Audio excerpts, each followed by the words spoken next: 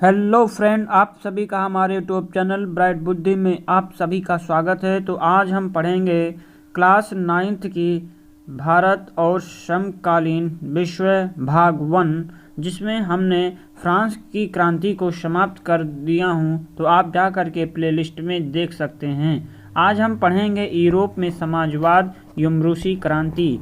आज से ये जो इसका पार्ट 1 होगा, ऐसे करके हम एक के कंप्लीट करेंगे। तो आप यहाँ से अपने पढ़ाई को एक नई दिशा दे सकते हैं हमारे साथ। वीडियो अच्छा लगे तो वीडियो को लाइक, कमेंट और हित में दोस्तों के साथ ज़रूर शेयर करें। और जो पहली बार देख रहे हैं वो चैनल को ज़रूर सब्सक्राइब करके ही जाएं, जिससे कि अगली वीडियो की नोटिफिकेशन आपको जब भी अपलोड किया जाए आपको तत्काल मिले। तो चलिए शुरू करते हैं। सामाजिक परिवर्तन का युग। सामाजिक परिवर्तन का युग। तो पिछले अध्याय में हमने क्या पढ़ा? फ्रांसीसी क्रांति के बाद यूरोप में फैलते जा रहे स्वतंत्रता, समानता के शक्तिशाली विचारों के बारे में पढ़ा है। फ्रांसीसी क्रांति ने सामाजिक संरचना के क्षेत्र में आमूल परिवर्तन की संभावनाओं का सूत्रपात कर दिया था, जैसा कि आप पढ़ चुके हैं।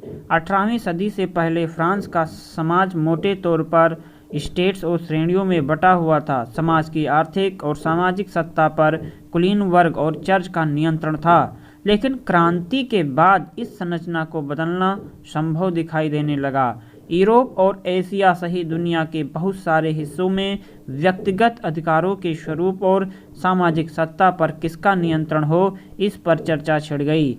भारत में भी राजा राममोहन राय डिरोजियो ने फ्रांसीसी क्रांति के महत्व का उल्लेख किया है, और भी बहुत सारे लोग क्रांति पश्चात यूरोप की स्थितियों के बारे में चल रही बहस में कूद पड़े।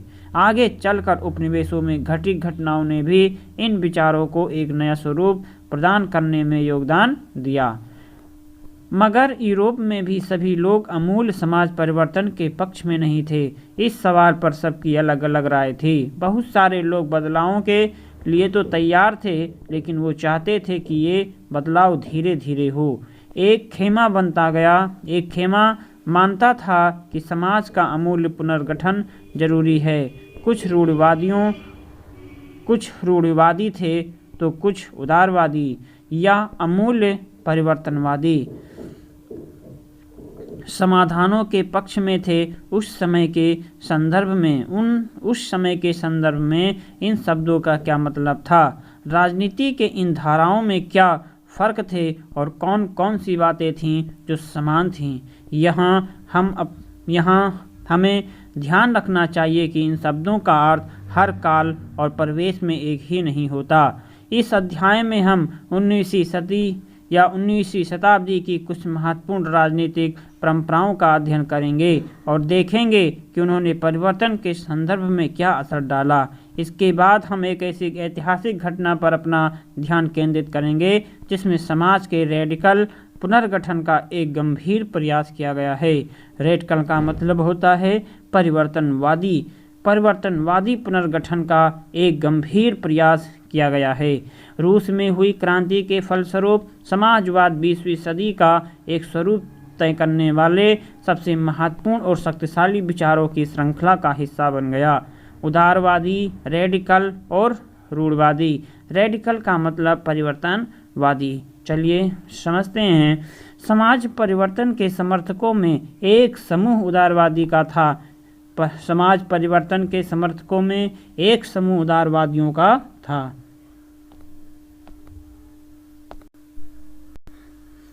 उदारवादी ऐसा राष्ट्र चाहते थे जिसमें सभी धर्मों को बराबर का सम्मान और जगह मिले।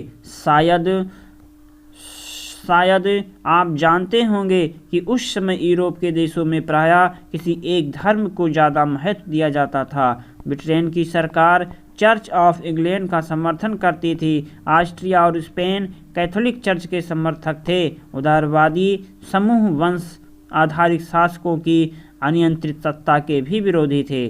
वे सरकार के समक्ष व्यक्ति मात्र के अधिकारों की रक्षा के पक्षधर थे। उनका कहना था कि सरकार को किसी के अधिकारों का हनन करने या उन्हें छीनने का अधिकार नहीं दिया जाना चाहिए। ये समूह प्रतिनिधित्व पर आधारित एक ऐसी निर्वाचित सरकार के पक्ष में था जो शासकों और अफसरों के प्रभाव से मुक्त और सुप्रशिक्षित न्यायपालिका के द्वारा स्थापित किए गए कानूनों के अनुसार शासन कार्य चलाए।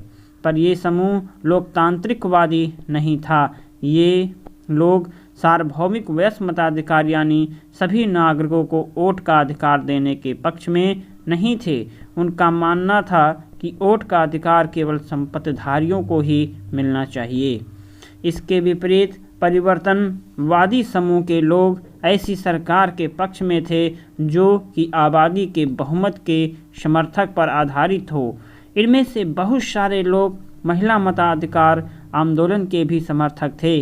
उदारवादियों के विपरीत ये लोग बड़े जमींदारों और संपन्न उद्योगपतियों को प्राप्त किसी भी तरह के विशेषाधिकारों के खिलाफ थे।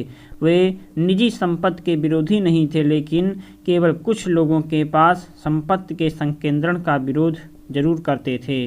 रूढ़वादी तबका रेडिकल और उदारवादी दोनों के खिलाफ था, मगर फ्रांसीसी क्रांति के बाद तो रूढ़वादी भी बदलाव की ज़रूरत को स्वीकार करने लगे थे। पुराने समय में यानी 18वीं शताब्दी में रूढ़वादी आमतौर पर परिवर्तन के विचारों का विरोध करते थे, लेकिन 19वीं सदी तक आते आते वे भी अब मानने लगे थे कि कुछ परिवर्तन आवश्यक हो गया है। परंतु वो चाहते थे कि अतीत का सम्मान किया जाए, अर्थात अतीत को पूरी तरह ठुकराया न जाए और बदलाव की प्रक्रिया धीमी हो। फ्रांसीसी क्रांति के बाद पैदा हुई राजनीतिक उथल-पुथल के दौरान सामाजिक परिवर्तन पर केंद्रित इन विविध विचारों के बीच काफ़ी टकराव हुए। 19वीं सदी में क्रांति और राष्ट्रीय कायांतर की विभिन्न कोशिशों ने इन सभी राजनीतिक धाराओं की सीमाओं और संभावनाओं को स्पष्ट कर दिया। औद्योगिक समाज और सामाजिक परिवर्तन, ये राजनीतिक रुझान एक नए युग का घोतक थे। ये दौरान गहन सामाजिक एवं आर्थिक बदलावों का था। यह ऐसा समय था जब नए शहर बस रहे थे, नए नए औद्योगिक क्षेत्र विकसित हो रहे थे, रेलवे का काफ़ी विस्तार हो चुका था, औद्योगिक क्रांति संपन्न हो चुकी थी। औद्योगीकरण ने औरतों, आदमी और बच्चों सबको कारखानों में ला दिया। काम के घंटे यानी पाली बहुत लंबी होती थी और मजदूरी बहुत कम थी। बेरोजगारी आम समस्या थी। औद्योगिक वस्तुओं की मांग में गिरावट आ गई। मताधिकार आंदोलन, वोट डालने का अधिकार पाने के लिए चलाया गया आंदोलन को हम कहते हैं। देख सकते हैं आप इन चित्रों के माध्यम से कुछ जानकारियां जरूर मिलती हैं। तो पढ़ते हैं 19वीं शताब्दी के मध्य में लंदन के गरीबों की दशा। उसी समय के एक व्यक्ति की दृष्टि में से Henry Mayhew London labour and London poor से ये लिया गया है। जानने पर बेरोजगारी और बढ़ती जाती थी। शहर तेजी से बसते और फैलते जा रहे थे, इसीलिए आवास और साफ सफाई का काम भी मुश्किल होता जा रहा था। उदारवादी और रेडिकल दोनों ही इन समस्याओं का हल खोजने की कोशिश कर रहे थे। लगभग सभी उद्योग व्यक्तिगत स्वामित्व में थे। बहुत सारे रेडिकल और उदारवादियों के पास भी काफ़ी संपत्ति थी और उनके यहाँ बहुत सारे लोग नौकरी करते थे। उन्होंने व्यापार और औद्योगिक व्यवसायों के लिए धन दौलत इकट्ठा की थी, इसीलिए वे चाहते थे कि इस तरह के प्रयासों को ज़्यादा से ज़्यादा बढ़ावा दिया जाए। उन्हें लगता था कि अगर मजदूर स्वस्थ हों और नागरिक पढ़े लिखे हों तो इस व्यवस्था का पूरा भरपूर लाभ लिया जा सकता है। ये लोग जनजात मिलने वाले विशेषाधिकारों के विरुद्ध थे। व्यक्तिगत प्रयास, श्रम, उद्यमशीलता में उनका गहरा विश्वास था। उनकी मान्यता थी कि यदि हर एक को व्यक्तिगत स्वतंत्रता दी जाए, गरीबों को रोजगार मिले और जिनके पास पूंजी है उन्हें बिना रोक टोक काम करने का मौका दिया जाए तो समाज तरक्की कर सकता है। इसी कारण 19वीं सदी के शुरुआती दशकों में समाज परिवर्तन के इच्छुक बहुत सारे कामकाजी स्त्री पुरुष उदारवादी और रेडिकल समूहों व पार्टियों के इर्द गिर्द गोल बंद हो गए थे।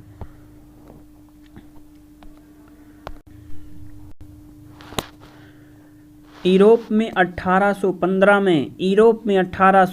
में जिस तरह की सरकारें बनी, उसे छुटकारा पाने के लिए कुछ राष्ट्रवादी, उदारवादी, रेडिकल आंदोलनकारी क्रांति के पक्ष में थे। फ्रांस, इटली, जर्मनी, रूस में ऐसे लोग क्रांतिकारी हो गए और राजाओं के तख्तापलट का प्रयास करने लगे। राष्ट्रवादी कार्यकर्ता क्रांति के जरिए ऐसे राष्ट्रों की स्थापना करना चाहते थे कि जिनमें सभी नागरिकों को समान अधिकार प्राप्त हो। 1815 के बाद इटली के राष्ट्रवादी गिसेप्पे मेज़नी ने यही लक्ष्य प्राप्त करने के लिए अपने समर्थकों के साथ मिलकर के राजा के खिलाफ साजिश रची थी। भारत सहित दुनिया भर के राष्ट्रवादी उसकी रचनाओं को पढ़ते थे। क्रियाकलाप है कि मान लीजिए कि निजी संपत्ति को खत्म करने और उसकी जगह सामूहिक स्वामित्व की व्यवस्था लागू करने के सवाल पर आपके इलाके में एक बैठक बुलाई गई। निम्नलिखित व्यक्तियों के रूप में उस बैठक में आप जो भाषण देंगे वो लिखें। एक गरीब खेतिहर मजदूर, एक मंझोला भूस्वामी या एक गृहस्वामी। आप जानेंगे कि यूरोप में समाजवाद का आना समाज के पुनर्गठन की संभवतः सबसे दूरगामी दृष्टि प्रदान करने वाली विचारधारा समाजवाद ही है। अर्थात समाज के पुनर्गठन की संभवतः सबसे दूरगामी दृष्टि प्रदान करने वाली विचारधारा समाजवाद ही है। 19वीं सदी के मध्य तक यूरोप में समाजवाद एक जाना पहचाना विचार था। उसकी तरफ बहुत सारे लोगों का ध्यान आकर्षित हो रहा था। समाजवादी निजी संपत्ति के विरोधी थे, यानी वे संपत्ति पर निजी स्वामित्व को सही नहीं मानते थे। उनका कहना था कि संपत्ति के निजी स्वामित्व की व्यवस्था ही सारी समस्याओं की जड़ है। वे ऐसा क्यों मानते थे? उनका तर्क था कि बहुत सारे लोगों के पास संपत्ति तो है जिससे दूसरों को रोजगार भी मिलता है, लेकिन समस्या यह है कि संपत्तिधारी व्यक्ति को सिर्फ अपने फायदे से ही मतलब रहता है। वो उनके बारे में नहीं सोचता जो उसकी संपत्ति को उत्पादनशील बनाते हैं। इसीलिए अगर संपत्ति पर किसी एक व्यक्ति के बजाय पूरे समाज का नियंत्रण हो तो समझा या साझा सामाजिक हितों पर ज़्यादा अच्छी तरह ध्यान दिया जा सकता है। समाजवादी इस तरह का बदलाव चाहते थे और इसके लिए उन्होंने बड़े पैमाने पर अभियान चलाया। कोई समाज संपत्ति के बिना कैसे चल सकता है? समाजवादी समाज का आधार क्या होगा? समाजवादियों के पास भविष्य की एक बिल्कुल भिन्न दृष्टि थी। कुछ समाजवादियों को कोऑपरेटिव यानी सामूहिक उद्यम के विचार पर दिलचस्पी थी। इंग्लैंड के जाने माने उद्योगपति रॉबर्ट ओवेन, जो 1781 से 1858 तक ने इंडियाना अर्थात अमेरिका में नया समन्वय के नाम से एक नए तरह के समुदाय की रचना का प्रयास किया। कुछ समाजवादी मानते थे कि केवल व्यक्तिगत पहल कदमी से बहुत बड़े सामूहिक खेत नहीं बनाए जा सकते हैं। वो चाहते थे कि सरकार अपनी तरफ से सामूहिक खेती को बढ़ावा दे। उदाहरण के लिए फ्रांस में लुई ब्लॉक चाहते थे कि सरकार पूंजीवादी उद्यमों को जगह सामूहिक उद्यमों को बढ़ावा दे। कोऑपरेटिव ऐसे लोगों के समूह थे जो मिल कर के चीज़ें बनाते थे और मुनाफे को प्रत्येक सदस्य के द्वारा किए गए काम के हिस्सों से आपस में बांट लेते थे। निजी संपत्ति के बारे में पूंजीवादी और समाजवादी विचारधारा के बीच दो अंतर लिखे हैं। कार्ल मार्क्स और Friedrich Engels. Karl Marx and Friedrich Engels ने इस दिशा में कई नए तर्क पेश किए। मार्क्स का विचार था कि औद्योगिक समाज पूंजीवादी समाज है। फैक्ट्रियों में लगी पूंजी पर पूंजीपतियों का स्वामित्व है और पूंजीपतियों का मुनाफा मजदूरों की मेहनत से पैदा होता है। मार्क्स का निष्कर्ष था कि जब तक निजी पूंजीपति इसी तरह मुनाफे का संचय करते जाएंगे तब तक मजदूरों की स्थिति में सुधार नहीं हो सकता। अपनी स्थिति में सुधार लाने के लिए मजदूरों को पूंजीवादी व निजी संपत्ति पर आधारित शासन को उखाड़ फेंकना होगा। मार्क्स का विश्वास था कि खुद को पूंजीवाद शोषण से मुक्त कराने के लिए मजदूरों को एक अत्यंत भिन्न किस्म का समाज बनना होगा, जिसमें सारी संपत्ति पर पूरे समाज का यानी सामाजिक नियंत्रण स्वामित्व करेगा। उन्होंने भविष्य के इस समाज को साम्यवादी समाज का नाम दिया। मार्क्स को विश्वास था कि पूंजीपतियों के साथ होने वाले संघर्ष में जीत अनंतः मजदूरों की ही होगी। उनकी राय में कम्युनिस्ट समाज की ही भविष्य का समाज था। उनकी राय में साम्यवादी समाज ही भविष्य का समाज होगा।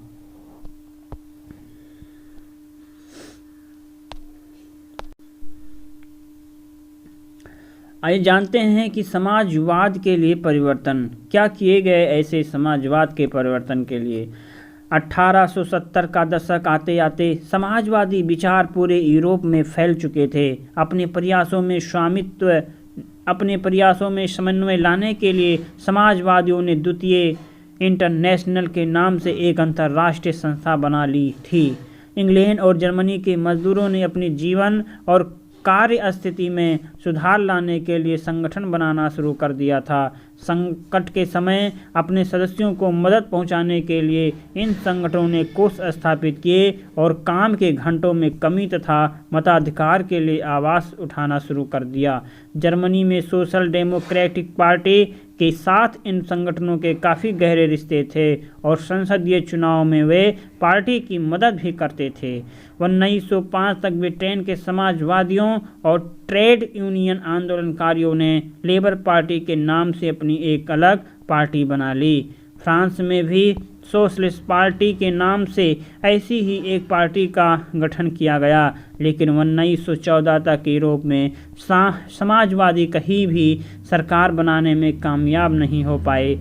संसदीय राजनीति में उनके प्रतिनिधि बड़ी संख्या में जीते रहे। उन्होंने कानून बनवाने में भी अहम भूमिका निभाई, मगर सरकारों में रूढ़िवादी, उदारवादी और रेडिकलों का ही दबदबा बना रहा, लेकिन समाजवादी नहीं हो पाया। जानते हैं चित्र नंबर 2 में क्या है। चित्र नंबर 2, तो चित्र नंबर 2 कहाँ पर है?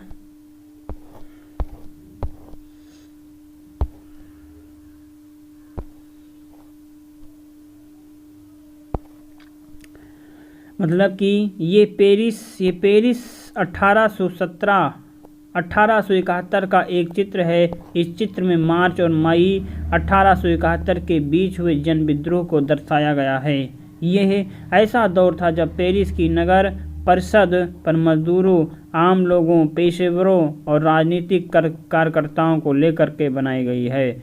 जन सरकार ने कब्जा कर लिया था। उथल पुथल फ्रांसीसी सरकार की नीतियों के प्रति बढ़ते असंतोष के कारण पैदा हुई थी। यद्यपि पेरिस कम्यून को अनंता सरकार टुकड़ियों में कुचल डाला, लेकिन दुनिया भर के समाजवादियों ने समाजवादी क्रांति की पूर्व पीठिका के रूप में इसका जम करके जश्न मनाया।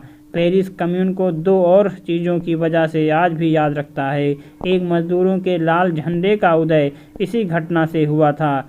कम्यूनाडो अर्थात क्रांतिकारियों ने अपने लिए यही झंडा चुना था। दो मार्येस के लिए, जो इस घटना के बाद पेरिस कम्यून और मुक्ति संघर्ष का प्रतीक बन गया। उल्लेखनीय है कि इस गीत को मूलतः 1792 में युद्ध गीत के रूप में लिखा गया था। आइए, यहाँ से ख़त्म होता है रूस की क्रांति की शुरुआत यहीं से होती है। तो चलिए इसको हम इसी चैप्टर में पार्ट 1 और 2 कंप्लीट करेंगे। रूस की क्रांति। यूरोप के सबसे पिछड़े औद्योगिक देशों में से एक रूस में यह समीकरण उलट गया। यूरोप के सबसे पिछड़े औद्योगिक देशों में से एक रूस में ये समीकरण उलट गया। 1917 की अक्टूबर क्रांति के जरिए रूस की सत्ता पर समाजवादियों ने कब्जा कर लिया। फरवरी 1917 में राजशाही के पतन और अक्टूबर की घटनाओं को ही अक्टूबर क्रांति कहा जाता है। ऐसा कैसे हुआ? क्रांति के समय रूस के सामाजिक और राजनीतिक हालात कैसे थे? इन सवालों का जवाब ढूंढने के लिए आइए क्रांति से कुछ साल पहले की स्थितियों पर नज़र डालते हैं।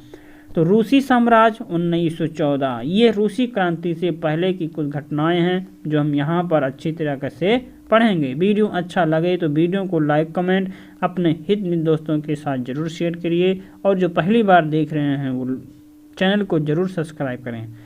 चलिए, रूसी साम्राज्य 1914 में रूस और उसके पूरे साम्राज्य पर जार निकोलस का शासन था। मॉस्को के आसपास पड़ने वाले भूक्षेत्र के अलावा आज का Finland, Latvia, Lithuania, Estonia, Poland, Ukraine, Belarus के कुछ हिस्से रूसी साम्राज्य के अंग थे। ये साम्राज्य प्रशांत महासागर तक फैला हुआ था और आज के मध्य एशिया राज्यों के साथ साथ जॉर्जिया, अर्मेनिया और अजरबैजान में भी इसी साम्राज्य के अंतर्गत आते थे। रूस में ग्रीक ऑर्थोडॉक्स चर्च में उपजी शाखा रूसी ऑर्थोडॉक्स क्रिश्चियनिटी को मानने वाले बहुमत में थे, लेकिन इस साम्राज्य के तहत रहने वालों में कैथोलिक, प्रोटेस्ट, मुस्लिम और बौद्ध भी शामिल थे। अर्थव्यवस्था और समाज। 20वीं सदी की शुरुआत में रूस की आबादी का एक बहुत बड़ा हिस्सा खेती बाड़ी से जुड़ा हुआ था। रूसी साम्राज्य का लगभग 85% जनता आजीविका के लिए खेती पर निर्भर थी। यूरोप के किसी भी देश में खेती पर आश्रित जनता का प्रतिशत इतना नहीं था कि उदाहरण के तौर पर फ्रांस और जर्मनी में खेती पर निर्भर आबादी 40 से 50% से ज़्यादा नहीं थी। रूसी साम्राज्य के किसान अपनी ज़रूरतों के साथ साथ बाजार के लिए भी पैदावार करते थे। रूस अनाज का एक बहुत बड़ा निर्यातक था। उद्योग बहुत कम थे। सेंट पीटर्सबर्ग और मॉस्को प्रमुख औद्योगिक इलाके थे। हालांकि ज़्यादातर उत्पादन कारीगर ही करते थे, लेकिन कारीगरों को वर्कशॉपों के साथ साथ बड़े बड़े कल कारखानों भी मौजूद थे। बहुत सारे कारखाने 1890 के दशक में चालू हुए, जब रूस के रेल नेटवर्क को फैलाया जा रहा था। उसी समय रूस उद्योगों में विदेशी निवेश भी तेजी से बढ़ा था। इन कारकों के चलते कुछ ही सालों में रूस के कोयला उत्पादन में 2 गुना, स्टील उत्पादन में 4 गुना वृद्धि हुई थी। सन 1900 तक इस इलाकों में या कुछ इलाकों में तो कारीगरों और कारखाना मजदूरों की संख्या लगभग बराबर हो चुकी थी। ज़्यादातर कारखाने उद्योगपतियों को निजी संपत्ति थे। मजदूरों को न्यूनतम वेतन मिलता रहे और काम की पाली के घंटे निश्चित हों, इस बात का ध्यान रखने के लिए सरकारी विभाग बड़ी फैक्ट्रियों पर नज़र रखते थे। लेकिन फैक्ट्री इंस्पेक्टर भी नियमों के उल्लंघन को रोक पाने में नाकामयाब थे। कारीगरों की इकाइयों और वर्कशॉपों में काम की पाली प्रायः 15 घंटे तक खींच जाती थी, जबकि कारखानों में मजदूर आमतौर पर 10 से 12 घंटे की पालियों में काम करते थे। मजदूरों के रहने के लिए भी कमरों से लेकर के डॉर्मिटरी तक के तरह तरह की व्यवस्था मौजूद थी। सामाजिक स्तर पर मजदूर बटे हुए थे। कुछ मजदूर अपने मूल गांवों के साथ अभी भी गहरे संबंध बनाए हुए थे। बहुत सारे मजदूर अस्थायी रूप से शहरों में ही बस चुके थे। उनके बीच योग्यता और दक्षता के स्तर पर भी काफ़ी फर्क था। सेंट पीटर्सबर्ग के एक धातु मजदूर ने कहा था कि धातुकर्मी मजदूरों में खुद को साहब मानते थे। उनके काम में ज़्यादा प्रशिक्षण और निपुणता की ज़रूरत जो रहती थी। 1914 में फैक्ट्री मजदूरों में औरतों की संख्या 31% थी, लेकिन उन्हें पुरुष मजदूरों के मुकाबले कम वेतन मिलता था। मर्दों की तनख्वाह के मुकाबले आधे से 3/4 भाग ही उन्हें दिया जाता था। मजदूरों के बीच मौजूद फासला उनके पहनावे व्यवहार में भी साफ दिखाई देता था। यद्यपि कुछ मजदूरों ने बेरोजगारी या आर्थिक संकट के समय एक दूसरे की मदद करने के लिए संगठन बना लिए थे, लेकिन ऐसे संगठन बहुत कम थे।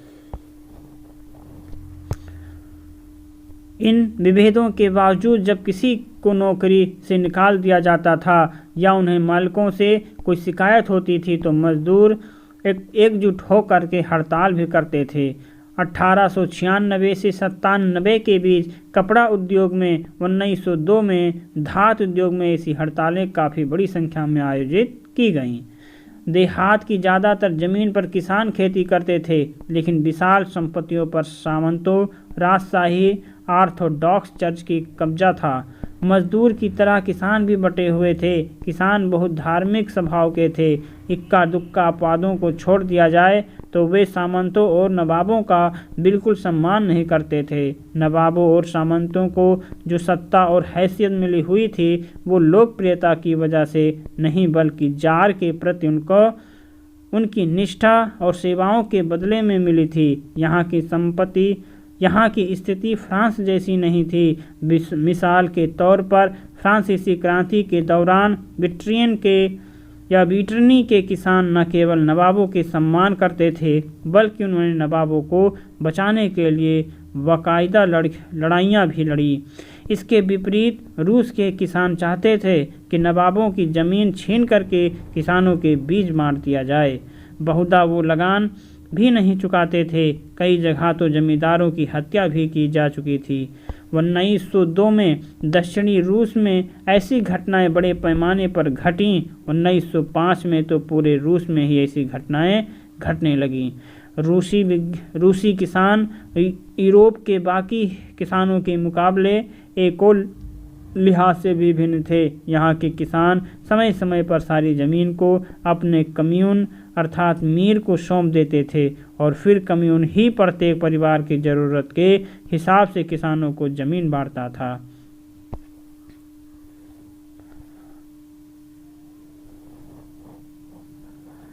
रूस में समाजवाद।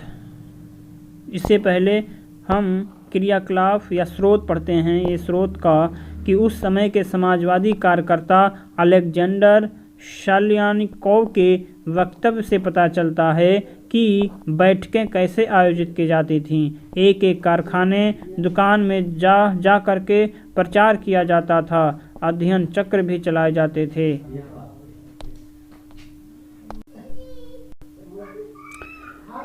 संबंधित मामलों पर कानूनी बैठकें संबंधित मामलों पर कानूनी बैठकें भी बुलाई जाती थी, लेकिन इस गतिविधि को मजदूर वर्ग की मुक्ति के व्यापक संघर्ष में बड़ी निपुणता से पिरो दिया जाता था। गैर कानूनी बैठकें जरूरत के वक्त फौरन आयोजित कर ली जाती थीं, लेकिन लंच के दौरान, शाम को फाटक के बाहर, यार्ड में या कोई मंजिला इमारतों की सीढ़ियों में व्यवस्थित ढंग से बैठकें आयोजित की जाती थीं। सबसे जागरूक मजदूर दरवाजे के पास प्लग का काम संभालते थे और मुहाने पर भी भीड़ इकट्ठा हो जाती थी। वहां सबके सामने एक आंदोलनकारी खड़ा होता था। मालिक टेलीफोन पर पुलिस को इस बारे में जानकारी देते थे, लेकिन जब तक पुलिस पहुंचती थी तब तक भाषण पूरे हो चुके होते थे और जरूरी फैसले लिए जाते थे। Alexander Shlyapnikov on the view of 1970 reminiscences from the revolutionary underground से लिया गया है। रूस में समाजवाद। 1914 से पहले रूस में सभी राजनीतिक पार्टियां गैर कानूनी थीं। मार्क्स के विचारों को मानने वाले समाजवादियों ने 1898 में Russian social democratic workers party अर्थात रूसी सामाजिक लोकतांत्रिक श्रमिक पार्टी का गठन किया गया था। सरकारी आतंक के कारण इस पार्टी को गैर कानूनी संगठन के रूप में काम करना पड़ता था और इस पार्टी का एक अखबार निकलता था। उसने मजदूरों को संगठित किया था और हड़ताल और कार्यक्रम आयोजित किए थे। कुछ रूसी समाजवादियों को लगता था कि रूसी किसान जिस तरह समय समय पर जमीन बांटते हैं उससे पता चलता है कि वो स्वाभाविक रूप से समाजवादी भावना वाले लोग हैं। इसी आधार पर उनका मानना था कि रूस में मजदूर नहीं बल्कि किसान ही क्रांति की मुख्य शक्ति बनेंगे। वे क्रांति का नेतृत्व करेंगे। रूस बाकी देशों के मुकाबले ज़्यादा जल्दी समाजवादी देश बन जाएगा। 19वीं सदी के आखिर में रूस के ग्रामीण इलाकों में समाजवादी काफ़ी सक्रिय थे। सन 1900 में उन्होंने सोशलिस्ट रेवोल्यूशनरी पार्टी अर्थात समाजवादी क्रांतिकारी पार्टी का गठन कर लिया था। इस पार्टी ने किसानों के अधिकारों के लिए संघर्ष किया और मांग की कि सामंतों की कब्जे वाली ज़मीन फौरन किसानों को सौंप दी जाए। किसानों के सवाल पर सामाजिक लोकतंत्रवादी खेमा समाजवादी क्रांतिकारियों से सहमत नहीं था, लेकिन मानना था कि किसानों से एकजुटता नहीं है, वे बटे हुए हैं। कुछ किसान गरीब थे तो कुछ अमीर, कुछ मजदूरी करते थे तो कुछ पूंजीपति थे जो नौकरों से खेती करवाते थे। इन आपसी विभेदों के चलते हुए सभी समाजवादी आंदोलन का हिस्सा नहीं हो सकते थे। संगठित रणनीति के सवाल पर पार्टी में गहरे मतभेद थे। व्लादिमीर लेनिन सोचते थे कि जार अर्थात राजा शासित रूस जैसे दमनकारी समाज में पार्टी अत्यंत अनुशासित होनी चाहिए और अपने सदस्यों की संख्या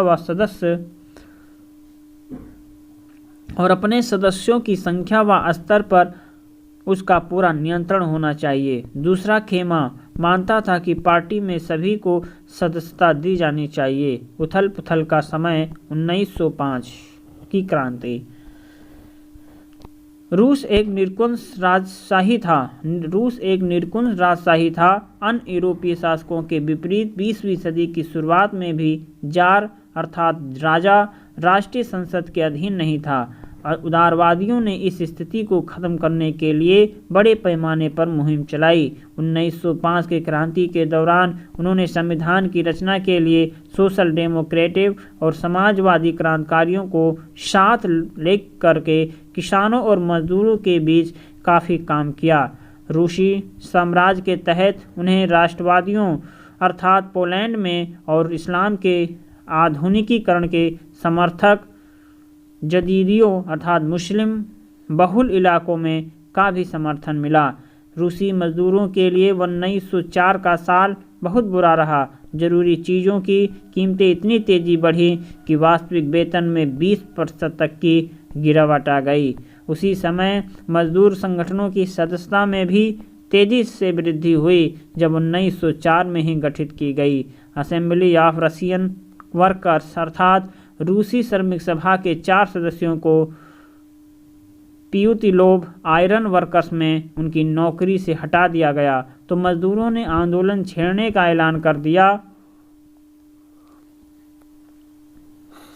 और अगले कुछ दिनों के भीतर सेंट पीटर्सबर्ग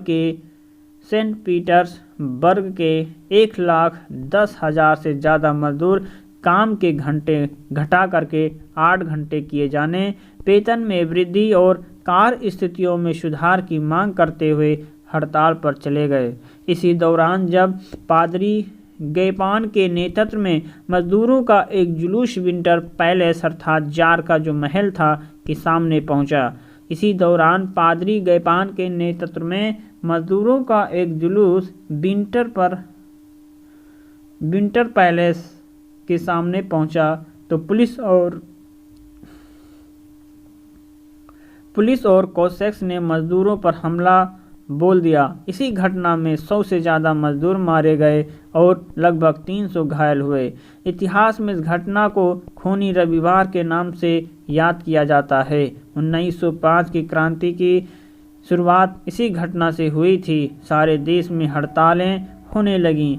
जब नागरिक स्वतंत्रता के अभाव का विरोध करते हुए विद्यार्थी अपनी कक्षा का बहिष्कार करने लगे तो विश्वविद्यालय भी बंद कर दिए गए। वकीलों, डॉक्टरों, इंजीनियरिंग और अन्य मध्यवर्गीय कामगारों ने संविधान सभा के गठन की मांग करते हुए यूनियंस की स्थापना कर दी। कुछ नए शब्द। निरंकुशशाही का मतलब राजा का बिना रोक टोक शासन। जदीदी का मतलब रूसी साम्राज्य में सक्रिय मुस्लिम सुधारवादी और वास्तविक वेतन। इस बात का पैमाना है कि किसी व्यक्ति के वेतन से वास्तव में कितनी चीज़ें खरीदी जा सकती हैं। 1905 की क्रांति के दौरान जार अर्थात राजा एक निर्वाचित परामर्शदाता संसद या ड्यूमा के गठन पर अपनी सहमति दे दी। क्रांति के समय कुछ दिन तक फैक्ट्री मजदूरों को बहुत सारी ट्रेड यूनियनें और फैक्ट्री कमेटियां भी अस्तित्व में रहीं। 1905 के बाद ऐसी ज़्यादातर कमेटियां और यूनियनें अनधिकृत रूप से काम करने लगीं क्योंकि उन्हें गैर कानूनी घोषित कर दिया गया था।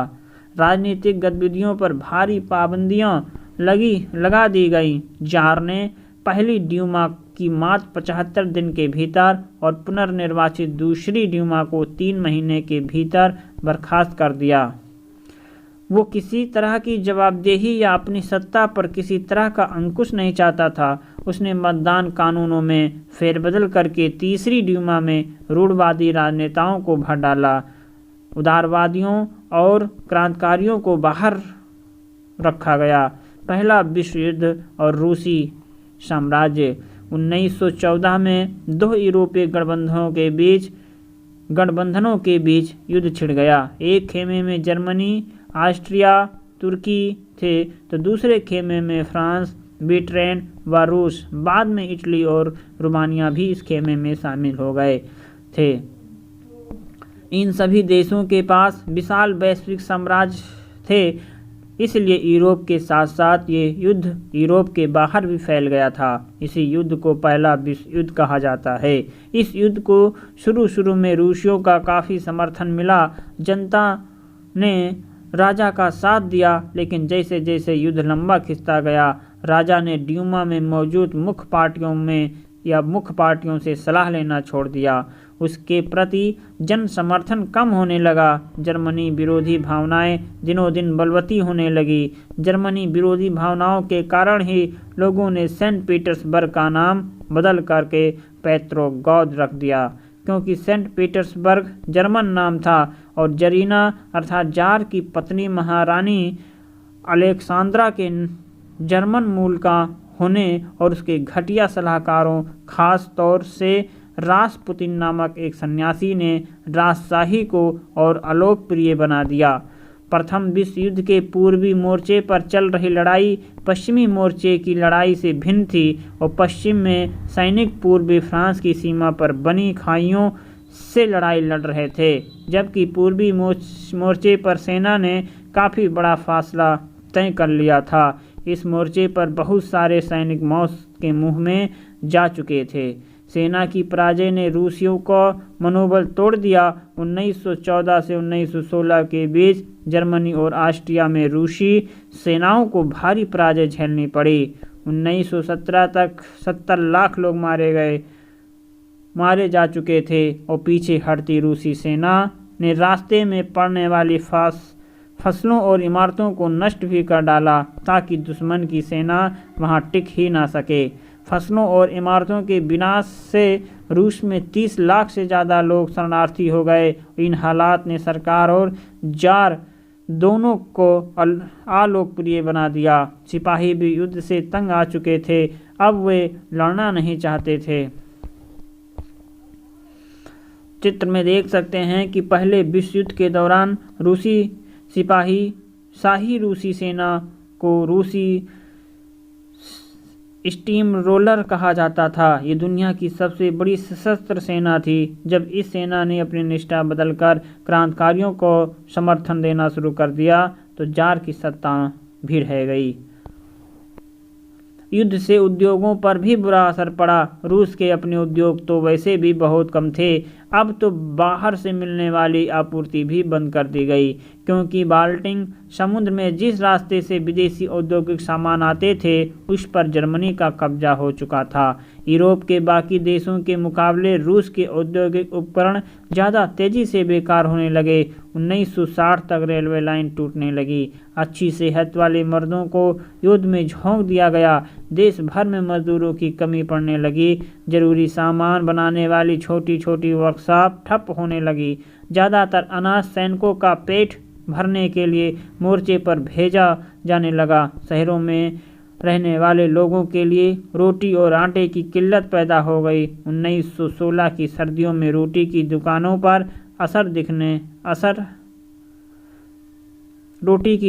पर अक्सर दंगे होने लगे। क्रियाकलाप है कि 1916 के दिन आप राजा की सेना में जनरल हैं और पूर्वी मोर्चे पर तैनात हैं, तो आप मॉस्को सरकार के लिए एक रिपोर्ट लिख रहे हैं। अपनी रिपोर्ट में सुझाव दीजिए कि स्थिति को सुधारने के लिए आपकी राय में क्या किया जाना चाहिए।